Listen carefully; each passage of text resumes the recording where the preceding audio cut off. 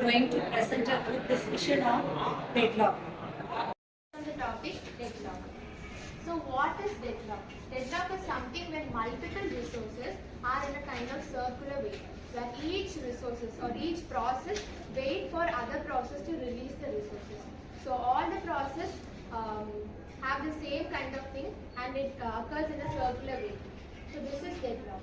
So of course the deadlock occurs with the four conditions: mutual exclusive, no preemption, hold and wait, and circular wait. So at least one of these can be deadlock. So deadlock can be avoided. So exactly these four steps are the main cause for the deadlock. So to prevent this, we have to achieve at least one to break it up, and at least we have to break down with hold and wait. We have to break it down. Actually, there is an algorithm called branches algorithm, in which before allocating the resources itself, it will check whether after allocating the resource, the process will be in safe state or not. If deadlock occurs, means it will terminate the resource, and if deadlock does not occur, means the resource will be allocated. These are good strategies, but deadlock not always works in real time. In some ways, deadlock are not unavoidable in such situations like cloud service and real-time apps in complex systems. So talking about deadlock prevention. So when we need deadlock prevention, if one process requests the other process to release all the resources at once, there are some disadvantages too, which result in less efficiency and more CPU time, and that consumes a lot of memory as well. So that's why in modern OS they are using a deadlock and recovery instead. So deadlock, they allow the deadlock to occur, and they recover by rollbacking the process. So exactly, for in real life cases, for example, we take banking transactions. In that, when one person is transacting transaction amount, and the other person also same at the same time they transacting the amount. So during that time, the deadlock is occurring. While that time, the deadlock follows the algorithm, which will select the low priority or shortest job to be terminated, so that the higher priority job will be continued and it will be more efficient. While deadlock can be prevented in offline mode, but they not work in such situations.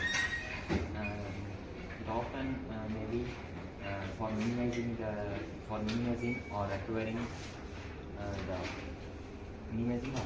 the entities like unwanted issues. So the other limitations or some greatest challenge is that overhead.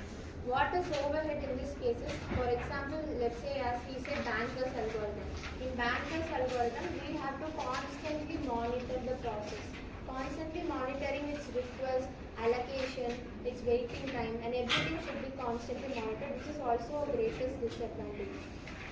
Deadlock also comes with a cost. So nowadays the system should check frequently the process allocations. But in a larger system, there are n number of processes, so it's so tough to. It's complex.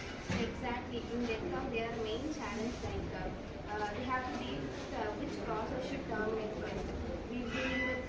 When we're dealing with more transactions or real time, we have to deal which transaction should go out first with the high priority and so on. Actually, I heard someone told rollback. I think it's you. If we do a rollback, means we should keep each and every checkpoint for each and every process. So after rollbacking, means it will take extra storage, extra space, extra time. So it will be more time complex to do a process efficiently. So it will lack in this efficiency. Okay. While development method, we have in development method also they have faces some threats also, as like risk efficiency, data loss, or file management. So I think the developer needs to choose the best application for development. And also now innovations and technologies have been growing really good.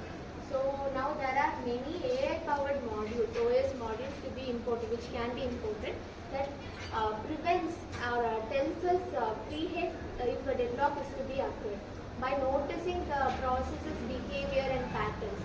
By informing this way, we can prevent deadlock in a better way without putting much effort to it as well. Yes, absolutely. They are also exploring machine learning to identify the deadlock and optimize Better efficiency.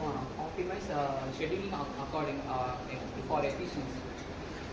So in this modern world, we'll be using deadlock. Deadlock is occurring more recently. For example, in cloud computing and virtualization, we'll be importing and exporting more different modules and advanced modules. During that time, we have to focus on the privacy and also the security and also we have to focus on the Yeah, actually, like Sriranjani told, by implementing the AI model in IoT fields, it will be more efficient and more faster to avoid a deadlock and continue the process. So the process will be more faster and efficient to do the process and continues the flow. Yeah, as like you said, the future depending deadlock management lies in adaptive, smart, and problem-free solutions. So deadlock cannot be avoided completely, but we get better solution in intelligently. Yeah, I think we have got enough knowledge about discussing each other about the deadlock and the avoidance method and algorithms, so we can improve our knowledge and even we can implement it in our real life. Thank you. Thank you.